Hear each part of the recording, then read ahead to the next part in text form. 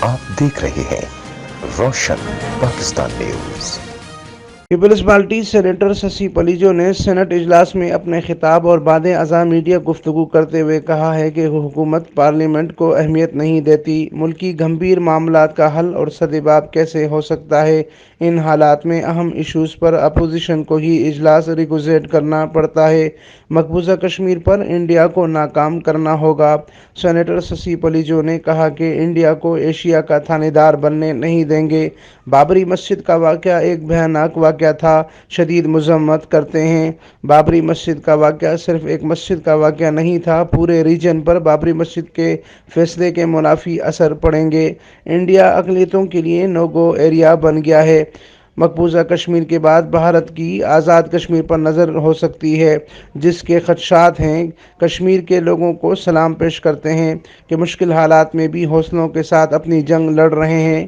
India مقبوضہ کشمیر میں بدترین انسانی حقوق کی پامالیاں کر رہا ہے۔ ثابت ہو گیا ہے کہ بھارت انتہا پسندی کو بڑھانے والا ملک ہے، بلکہ گڑھ بن چکا ہے۔ کشمیر آزاد ہو کر رہے گا۔ سینیٹر ششی پلیجو نے مزید کہا کہ وزراء ایوان کو اپنا پروگرام اور پالیسی بتائیں، صرف جمعہ کو احتجاج سے کام نہیں چلے گا۔ کشمیر کے لیے اہم اور جامع اقدامات اٹھانے کا وقت آ گیا ہے۔ آنکھ دکھانی ہے تو انڈیا کو نیچا دکھانا ہے تو مودی کو دکھائیں، نہ کہ اس پاکستان کی محب وطن اپوزیشن کو کہ جن کی ملک کے لیے قربانیاں ہیں۔ انتقامی سیاست کا باب بند کیا جائے۔ سینیٹر ششی پلیجو نے ایک سوال کے جواب میں کہا ہے کہ آصف زرداری کو رہا کرنا چاہیے۔ الزامات کی بنیاد پر کسی کو اتنا عرصہ جیل میں نہیں رکھنا چاہیے۔ حکومت ڈیل کی باتوں کا جھوٹا واویلا کرنا بند کر دے۔ آصف زرداری تو کہہ رہے ہیں کہ میری صحت کے حوالے سے بھی درخواست نہ دیں۔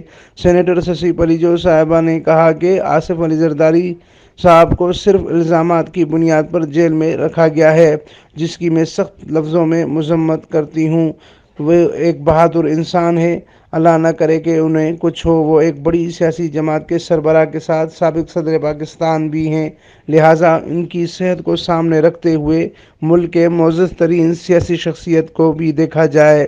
امین فاروقی، روشن پاکستان نیوز، ٹھٹہ، سندھ۔